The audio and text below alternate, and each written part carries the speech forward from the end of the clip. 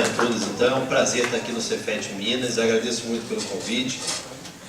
Para falar, então, a parte boa ficou na mesa. Agora eu vou falar sobre um tema que é preocupante. Então, eu vou começar direto. Como já mencionaram, essa é a página do Escola Sem Partido. Eu recentemente participei de um debate no canal Futura com o criador do movimento Escola Sem Partido. Foi um debate, digamos, um pouco tenso em alguns momentos. Um dos pontos de tensão foi porque eu digo, para entender o projeto Escola Sem Partido, ou como eles chamam, o programa Escola Sem Partido, a gente tem que entender a história do movimento. E para entender a história do movimento, os recursos mais interessantes são a página, essa, e o Facebook deles. Enquanto o criador do movimento, o advogado chamado Miguel Najib, insistia que a gente deveria apenas discutir o projeto de lei e não o movimento. Eu vou fazer o contrário, sou um pouco obediente. Então eu vou começar então falando com vocês sobre os discursos do Escola Sem Partido, sobre o que eles falam na sua página e na sua rede social, para a gente entender qual é o discurso que eles apresentam, para depois fazer uma crítica do projeto de lei. Então, para começar, o próprio nome, Escola Sem Partido, esse nome ele foi escolhido de uma forma bastante feliz para eles, infeliz para nós, porque a maioria das pessoas, quando escuta Escola Sem Partido, falou, opa, isso deve ser um bom projeto, né? Uma escola que não é dominada por um partido. Mas então o próprio nome já coloca para a gente uma falsa dicotomia, uma falsa alternativa entre uma escola sem partido e uma escola com partido. Eu vou argumentar com vocês aqui que não é isso que está em questão. O que nós temos aqui é um projeto de escola que remove da escola o seu caráter educacional. Até porque eles dizem que o professor não é educador. O lema deles, educação sem doutrinação, algo que a gente tem que ficar muito atento é o que eles estão chamando de doutrinação. Eu vou mostrar para vocês porque isso no projeto de lei não é definido em nenhum momento. Mas então, para começar a falar sobre o discurso deles, eu acho interessante começar logo até pelo quem somos no site. O que eles falam no site deles, quem somos ali, né? Então, o Escola Sem Partido é uma iniciativa conjunta de estudantes e pais preocupados com o grau de contaminação político-ideológica das escolas brasileiras em todos os níveis, do ensino básico ao superior. Então é interessante prestar atenção nos termos que eles usam.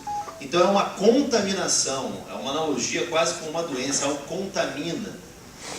A pretexto de transmitir aos alunos uma visão crítica da realidade, um exército organizado de militantes travestidos de professores prevalece da liberdade de cátedra e da cortina de segredo das salas de aula para impedir-lhes a sua própria visão. Então não são professores, são militantes travestidos que vão para a sala de aula para impor a sua visão. E mais do que isso, eles chegam a dizer um pouquinho depois, citando uma juíza da Suprema Corte dos Estados Unidos, que no caso do Escola Sem Partido, a melhor solução, um pouco de luz do sol é o melhor desinfetante, como se fosse levar então, mostrar o que está acontecendo no segredo das salas de aula e você precisasse desinfetar. Então desinfetar, contaminação, exército de militantes, isso é no site. Se você for nas redes sociais, eles se tornam um pouco mais agressivos.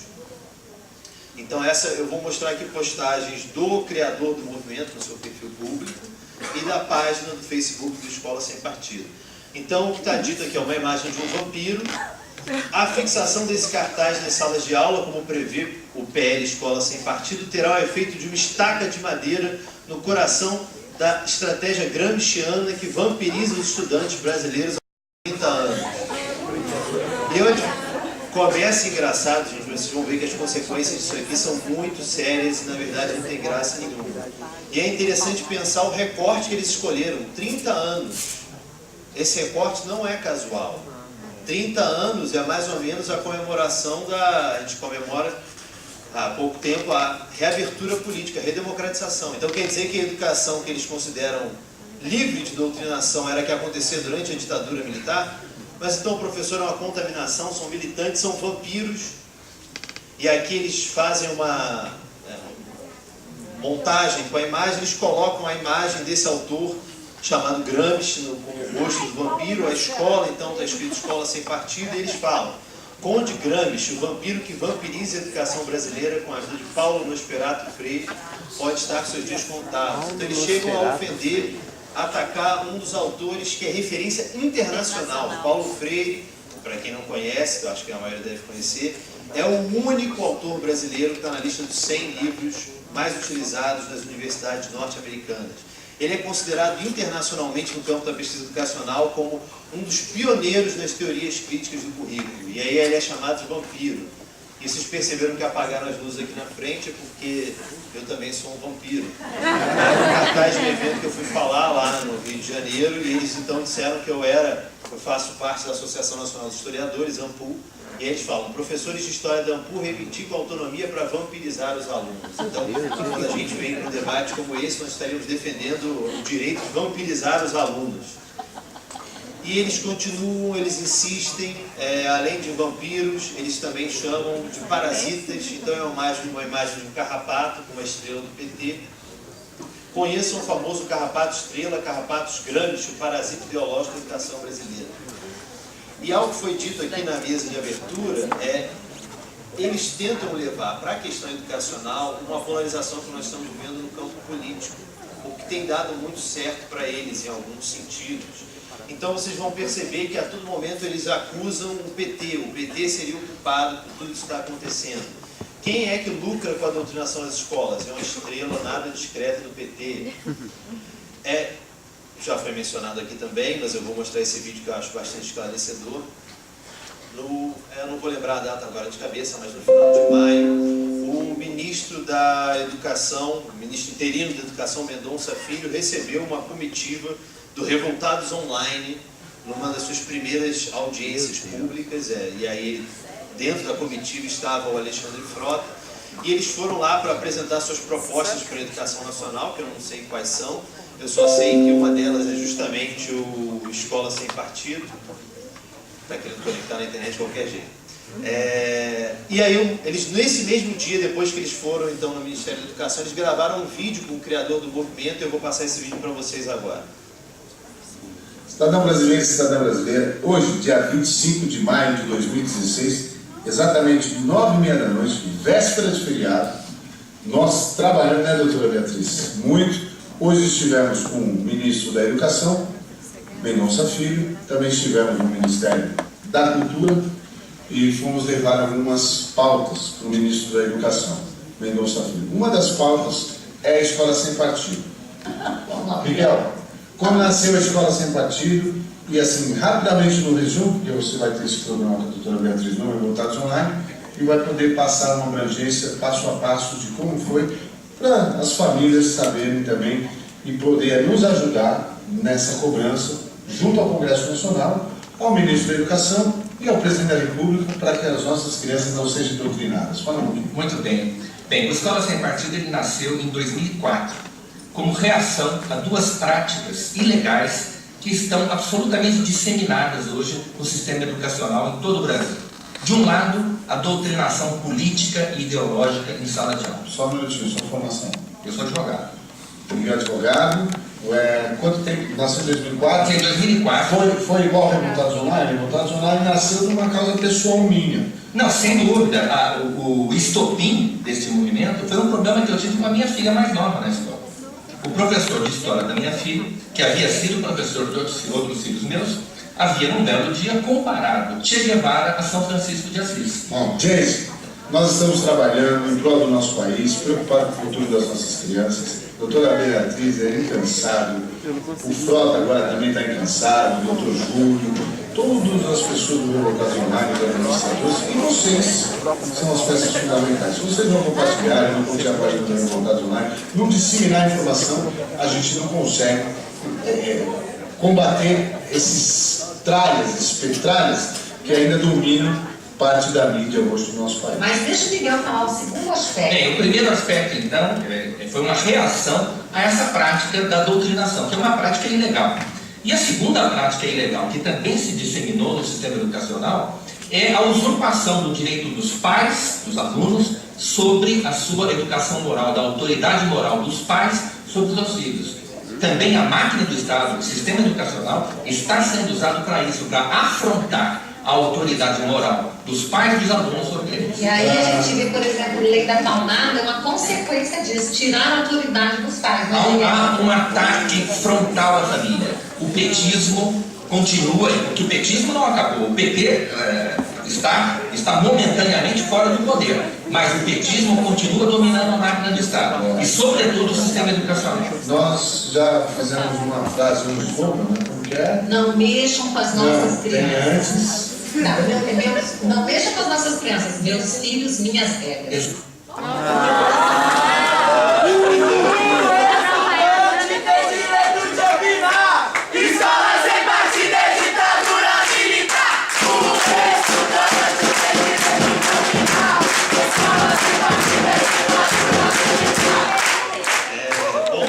A gente vai ver com o que eles falam dos estudantes, vocês vão achar mais revoltante ainda, ainda nem cheguei no pior.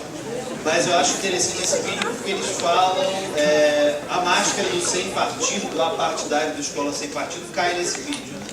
Eles falam explicitamente que seria o petismo que estaria dominando as escolas, e eles chegam a dizer que a lei da palmada seria uma forma de retirar o direito dos pais de educarem seus filhos. Deve ser através da violência física e do castigo físico, né?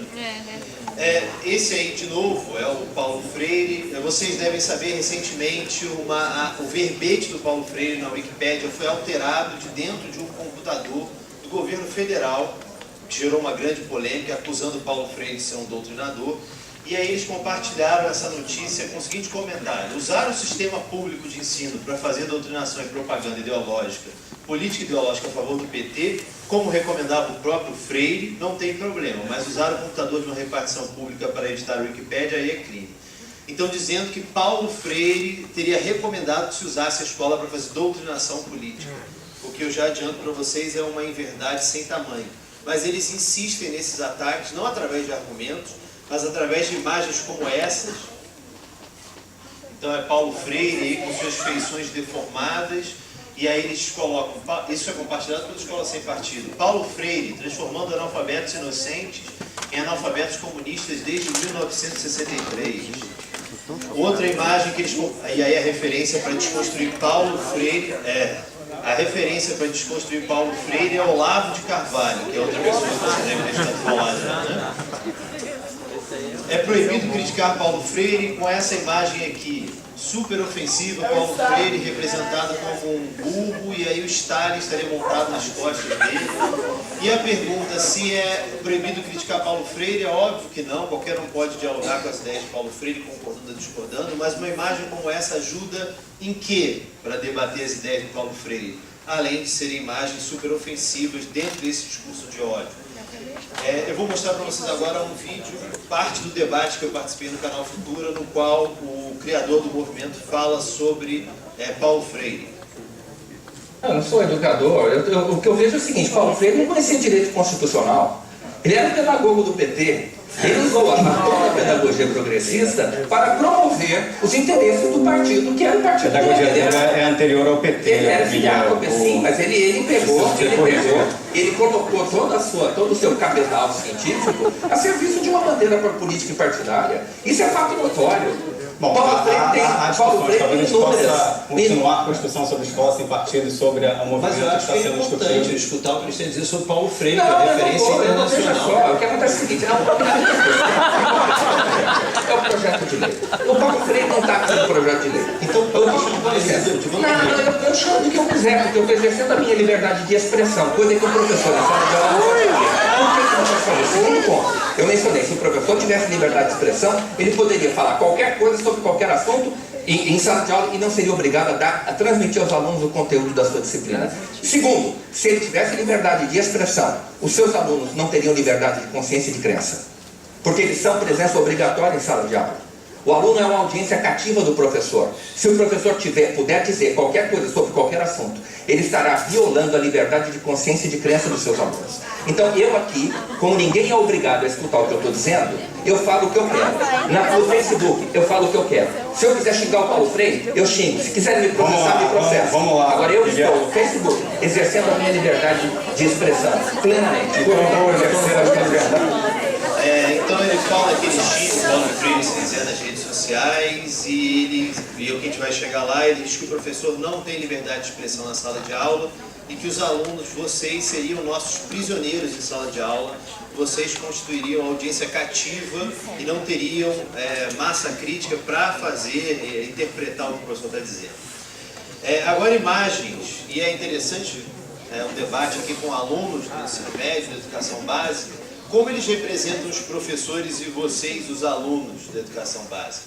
Então nós vamos perceber um padrão, o professor ou a professora sempre de vermelho ou com a estrela do PT, e os alunos sempre representados como crianças indefesas, com o olhar hipnotizado, como se não conseguissem reagir, e aí os professores fazem o que bem entendem com esses alunos. Aqui no caso, então, a professora se aproveita do estado dos alunos hipnotizados e ela corta os seus pensamentos, os seus sonhos, para que eles pensem apenas uma coisa, o símbolo da foice e do martelo. Essa aqui é uma das imagens que eu acho mais ofensivas. É uma professora que não é qualquer professora, ela representa a escola pública. De novo, com a estrela do PT, os alunos sempre representados como esses jovens inocentes, com os olhos arregalados, eles choram e a professora vomita lixo dentro da cabeça dos alunos. E aí ela fala, religião é para pessoas estúpidas, você precisa de sexo, sexo, sexo. O Escola Sem Partido cresceu muito, e vocês devem saber disso. O Escola Sem Partido cresceu muito quando eles aderiram à tentativa de proibir a discussão de gênero nas escolas. Já aconteceu, acho que vocês devem saber, o nosso Plano Nacional de Educação, que estabelece metas para 10 anos que nós queremos a educação nacional, originalmente tinha metas para problematizar a desigualdade de gênero. Essas metas foram todas retiradas e atualmente a gente viu no Brasil uma tentativa de excluir a discussão de gênero das escolas. Eles seguem essa linha. Aqui uma outra imagem nessa linha, o professor de novo, camisa vermelha, estrela, os alunos pequenininhos indefesos choram, e aí o professor pega uma cartilha com as cores do arco-íris, uma referência ao movimento LGBT, e aí enfia a goela abaixo dos alunos. De novo, o aluno sempre ali parado, hipnotizado. E eles chegam a... Eu vou pular isso aqui, depois eu mostro qualquer coisa no debate. O que eu tenho dito é, esse discurso que eu estou mostrando para vocês, ele tem gerado uma verdadeira campanha de ódio aos professores. E esse ódio tem aparecido em comentários da internet. Quando eu criei a página Professores contra Escola Sem Partido, esse foi um dos primeiros comentários que a gente recebeu. Professor tem que ensinar português e matemática. Se passar das matérias relevantes, deve ser espancado ou processado. Esse outro aqui é mais recente, ele está com uma foto escrito Bolsonaro, e ele fala: ei, satanistas de merda, querem doutrinar as crianças falando que dar ou fumando maconha é legal, ratos escravos do stalinismo. Eu cuspo na cara de Lula e de Marighella. Che Guevara era estuprador, bando de maconheiro. Não esqueço que quando o comunismo for totalitário, vocês podem ficar bem mais descartáveis do que são agora. Celso Daniel que eu diga, lixo. E um meme que está circulando muito, e esse eu acho extremamente ofensivo, ele é bastante direto. Ensine ideologia de gênero para minha filha, que você não vai para a cadeia, eu vou para a cadeia. Então, insinuando que uma ameaça direta aos professores que se atreverem a discutir gênero nas escolas, que eles chamam de ideologia de gênero, e aí eles dizem que seria uma ideologia anti-família, uma tentativa de transformar os alunos em gays e lésbicas. Quando a discussão de gênero em sala de aula não é nada disso, é uma tentativa de problematizar a homofobia, o machismo, e mostrar como essas relações de gênero são construídas historicamente. Agora eu vou mostrar para vocês, antes da gente ir para o projeto de lei, como eles veem a escolarização. Eu falando de escolarização e não educação por causa disso. No site a gente tem uma biblioteca politicamente incorreta. O primeiro livro indicado nessa biblioteca é o livro Professor Não é Educador, de um indivíduo chamado Armindo Moreira. A tese do livro é que seria uma dissociação entre o ato de educar e o ato de instruir. O ato de educar seria a responsabilidade da igreja e da família. E o professor, então, ele deveria se limitar a instruir, transmitir conhecimento neutro, sem discutir valores e nem sem dialogar com a realidade dos alunos. Eu falei para vocês no projeto de lei, eles não definem o que é a prática que eles querem proibir, eles não definem o que é doutrinação ideológica, mas no site eles definem. Então, se você for no site, tem uma aba, um quadrinho aqui chamado Flagrando Doutrinador. Se você ler esse texto, eu não vou ler o texto inteiro, mas é uma lista de elementos que os alunos devem ficar atentos para reconhecer o professor doutrinador. Vou ler com vocês. Você pode estar sendo vítima de doutrinação ideológica quando seu professor se desvia frequentemente da matéria objeto de disciplina para assuntos relacionados ao noticiário político ou internacional. Então, para eles, é uma coisa ensinar a matéria, outra coisa é discutir o que está acontecendo no mundo. E esse seria o primeiro critério para identificar o professor doutrinador. Segundo critério, adota ou indica livros, publicações e autores identificados com determinada corrente ideológica. Aí vem, que também já falaram antes aqui na mesa, a ideia de que existem coisas neutras e coisas ideológicas. E aí eu queria que alguém me indicasse um livro que não é vinculado a nenhuma corrente ideológica. Todos são, não existe. E é isso nas ciências humanas, já caiu há muito tempo. Impõe a leitura, então o professor impondo, o professor... Vou mais um dado para vocês. Esse argumento em termos de... Vou pular esse vídeo aqui. Vou pular também isso aqui, depois qualquer coisa depois a gente volta no debate. Para vocês terem ideia, isso é interessante para vocês pensarem como eles veem a relação entre aluno e professor. No site tem uma aba chamada Síndrome de Estocolmo. Síndrome de Estocolmo, para quem não lembra, é a síndrome no qual alguém que foi capturado ou sequestrado se apega emocionalmente ao seu captor ou ao seu sequestrador. Então, o que eles estão dizendo aqui é que o professor é um sequestrador intelectual e que quando o aluno defende o seu professor de alguma acusação é porque ele estaria sofrendo de síndrome de Estocolmo. E agora, para vocês que fazem parte do movimento estudantil, como eles veem o movimento estudantil? É uma imagem de um touro mecânico vazio, e esse eu faço questão de ler o texto inteiro. O movimento estudantil é aliado histórico dos promotores da doutrinação política e ideológica nas escolas. Sua rebeldia juvenil está a serviço dos partidos de esquerda, que dos bastidores o controlam há décadas, como o operador do brinquedinho ao lado. Então os alunos, isso faz parte da maneira como eles veem a escolarização. Os alunos não têm iniciativa. Quando eles se mobilizam, quando eles se organizam no movimento estudantil, é porque eles estão sendo manipulados. E os professores, então, seriam os manipuladores, os sequestradores intelectuais. Eu agora, então, já chegando na parte final da minha fala, vou mostrar para vocês como isso aparece no projeto de lei. Então, não é um só, como vocês estão vendo. Na verdade, o projeto chamado Programa Escola Sem Partido, já ouvimos ele dizer, né? O movimento Escola Sem Partido surge em 2004, criado pelo advogado Miguel Nagib. O Programa Escola Sem Partido, que é o projeto de lei, surge em 2014, quando um deputado estadual do Rio de Janeiro, chamado Flávio Bolsonaro, entra em contato com Miguel Nagib e pede para que ele crie um projeto de lei e até sugere o nome Programa Escola Sem Partido. Então, o primeiro foi apresentado no estado do Rio de Janeiro, pelo Flávio Bolsonaro. Algumas semanas depois, em maio de 2014, algumas semanas depois, aparece o segundo no município do Rio de Janeiro, surpresa, pelo vereador municipal Carlos Bolsonaro. E o projeto depois se espalha pelo Brasil, porque o criador disponibiliza o projeto no seu site. E o projeto atualmente ele está tramitando no Senado, na Câmara dos Deputados, isso em nível federal. Estadual, ele foi apresentado já em 10 estados e no Distrito Federal. Ele foi aprovado e já é lei no estado de Alagoas, com o nome Escola Livre. E ele já foi apresentado em inúmeros municípios, aí nós não temos nem o controle de quantos são. Eu vou mostrar para vocês, então, alguns projetos que tramitam nacionalmente, não é só do Escola Sem Partido. Eu vou focar mais na Escola Sem Partido. Então é o PL, Projeto de Lei 867 de 2015 na Câmara, e o PL 193 de 2016 no Senado. Como é que todo aquele discurso que eu mostrei para vocês se consolida num projeto de lei? Eles não podem falar num projeto de lei que os professores são vampiros, parasitas, um exército de militantes. Então, como isso aparece no projeto? É um projeto então, apresentado pelo deputado Exalcido, do PSDB do Distrito Federal, que inclui entre as diretrizes e bases da educação nacional, que é a nossa lei maior em termos de educação, a Lei de Diretrizes e Bases, o Programa Escola Sem Partido. Então, olha só, no seu artigo 2º eles dizem aqui, a educação nacional atenderá aos seguintes princípios. Qual é a ideia? Eles querem definir os princípios que vão orientar a educação nacional, só que eles esquecem de mencionar que esses princípios já foram definidos na nossa Constituição Federal e são reafirmados literalmente na Lei de Diretrizes e Bases. Então, o que eu vou fazer com vocês rapidamente é comparar o que aparece no projeto e o que aparece na Constituição.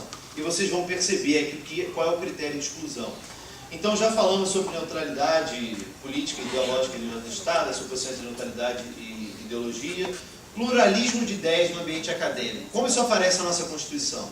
Então aqui é a nossa Constituição, artigo 206, que determina os princípios. Na Constituição, então, aparece ali no inciso 3, pluralismo de ideias e de concepções pedagógicas, no mesmo inciso. Então, por que excluir o pluralismo de concepções pedagógicas? Vocês já vão entender qual é o critério de exclusão. Voltando para o projeto, a liberdade de aprender como projeção específica no campo da educação da liberdade de consciência. Na Constituição, a liberdade de aprender, ensinar, pesquisar, divulgar o pensamento, a arte e o saber. Então, o que eles excluíram? A liberdade de ensinar. Então, não sei se vocês estão percebendo, mas o critério de exclusão, o critério de amputação dos dispositivos constitucionais é tirar tudo que é vinculado à atividade do professor. Então, o pluralismo de concepções pedagógicas, a sua liberdade de ensinar e, por fim, na justificação do projeto, não existe liberdade de expressão no exercício estrito da atividade docente. Eles chegam a afirmar explicitamente, então, que não existe liberdade de expressão no exercício estrito da atividade profissional do professor. Perceberam, então, qual é o critério? E aqui está claro, não é simplesmente reafirmar valores constitucionais. O que está acontecendo é que estão sendo excluídos alguns elementos e mantidos outros, com uma finalidade bem clara. Agora, uma discussão que eu acho interessante, vou pular alguns incisos aqui, e aí o direito dos pais é que seus filhos recebam educação moral que esteja de acordo com suas próprias convicções. Isso aqui é algo que está estabelecido pela Convenção Americana sobre Direitos Humanos, que reafirma que os pais têm direito, no espaço privado da residência, de educar os seus filhos de acordo com seus valores éticos e morais e religiosos. Vejam bem, com isso eu concordo. Então, no espaço privado da família, o pai e a mãe, a família, de uma maneira geral, uma família no sentido lato, tem direito de educar os seus filhos como bem entende. Agora, o que a gente não pode, aqui está o erro do projeto, é sair do espaço privado da família, porque essa é uma proteção que é um artigo que visa proteger o espaço privado da intervenção do Estado. Agora, quando a gente está numa escola como essa aqui, uma escola pública, esse princípio não se aplica. Você vai para uma escola pública para aprender a dialogar com outros valores, outras crenças, aprender valores vinculados à cidadania, e aí os pais não têm que intervir nos valores que são discutidos na escola pública. Todos esses valores têm que entrar em diálogo. Por exemplo, um pai que acredita que as crenças afro-brasileiras são coisas diabólicas, infernais, ele não tem o direito de pedir que a escola deixe de ensinar essas temáticas. Até porque o ensino de História e Cultura Afro-Brasileira é lei, 10.639 e 11.645. Mas olha só que loucura, como essa deturpação se consolida no projeto. São vedadas em sala de aula a prática de doutrinação política e ideológica, já vimos com a definição que eles deram, se é essa eu discordo, bem como a veiculação de conteúdos ou a realização de atividades que possam estar em conflito com as convicções religiosas ou morais dos pais ou responsáveis pelos estudantes. Isso é impossível de ser aplicado. Isso é impossível de ser aplicado. Qualquer professor, qualquer aluno aqui sabe disso. Como um professor vai evitar uma atividade que possa ir contra as crenças de qualquer uma das famílias daqueles 40, 50 alunos, turmas super heterogêneas? Isso é impossível. E mais do que isso, esse projeto atinge a escola como espaço de debate também, quando propõe no seu artigo 7º a criação de um canal de denúncias anônimas direto entre os alunos e secretarias de educação básica. Então, os alunos denunciariam anonimamente os seus professores direto para a Secretaria de Educação e eles seriam processados pelo Ministério Público. E para quem acha que isso vai atingir só a escola básica, o disposto nessa lei aplica-se no que couber aos livros didáticos e paradidáticos. Então, os livros não poderiam discutir gênero, só para dar um exemplo. Todos os livros seriam avaliados com base nesses critérios desse projeto. A avaliação para o ingresso no ensino superior, aqui um dado interessante para vocês. O Escola Sem Partido se tornou uma associação no final do ano passado. Por quê? Para que pudesse entrar com ações legais, representações legais. Qual foi a primeira ação legal da Associação Escola Sem Partido? Eu vou ler, porque senão eu acho que vocês não vão acreditar em mim. Então, eles estão argumentando que o Enem seria inconstitucional. Por quê? Leia aqui a representação que será enviada pela Associação Escola Sem Partido às unidades da Procuradoria da República nos 27 estados da Federação, demonstrando a inconstitucionalidade da exigência do respeito aos direitos humanos da prova de redação do Enem de 2015. Para quem não lembra, o tema de redação do ano passado foi violência doméstica contra a mulher. Grosso modo, está explicitamente formulado. Mas eles argumentaram que esse seria um tema inconstitucional, porque não abriria espaço para o contraditório. Você só poderia falar mal, poderia criticar a violência doméstica contra a mulher. E mais do que isso,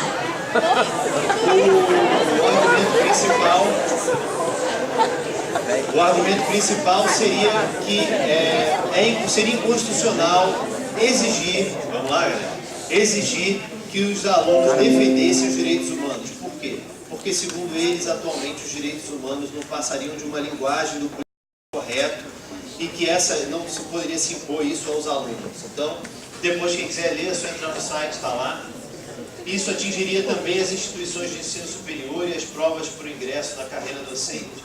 E o que mais me impressiona, e eu sugeri essa mudança para o criador do projeto no nosso debate ao vivo, eles insistem que a única coisa nova que o projeto quer fazer é afixar esse cartaz em todas as salas de aula do Brasil. Cartaz esse que tem o nome Deveres do Professor, mas se você for ler, professor não, professor não, professor não, professor não. Então eu sugeri para o Miguel Nagibe presencialmente que ele mudasse o nome para Proibições do Professor. E eu argumentei, e faço isso de novo aqui, que essas proibições estão formuladas de uma maneira super tendenciosa, misturando coisas que realmente são condenáveis, com práticas que não só são realizadas cotidianamente na sala de aula, mas são importantes que sejam realizadas. Então, por exemplo, pegando aqui a terceira proibição, o professor não fará propaganda político-partidária.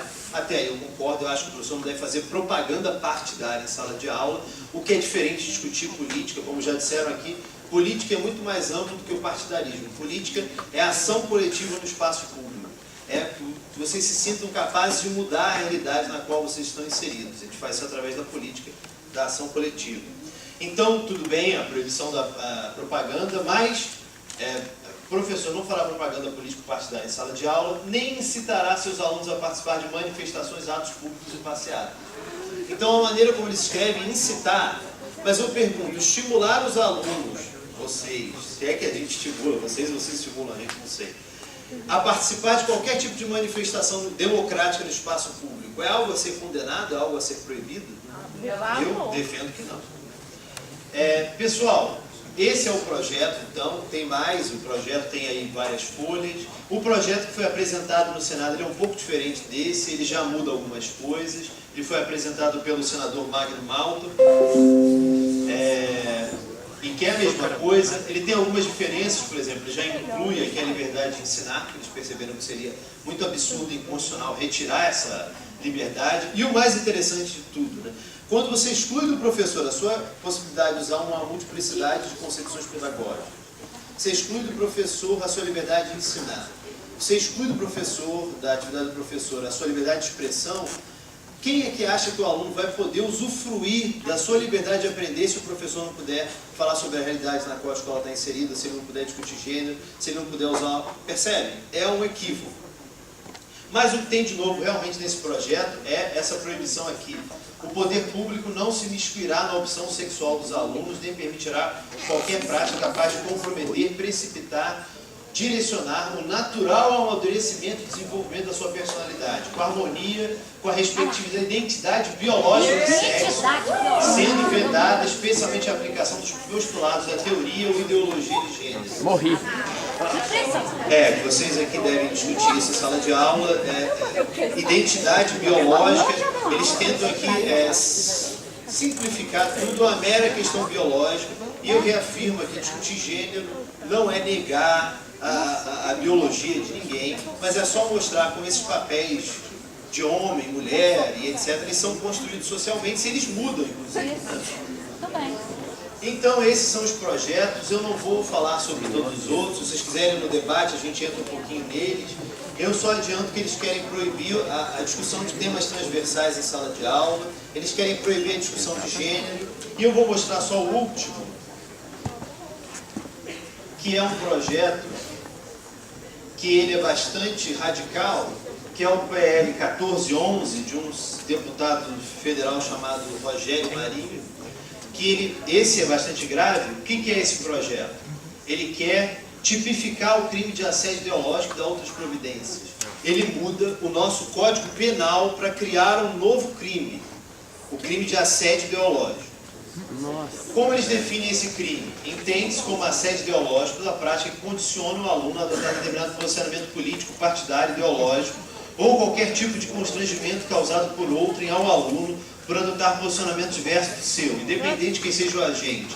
Então, é um crime super, pouco definido, você não sabe o que é exatamente, a gente só sabe que o aluno é a vítima.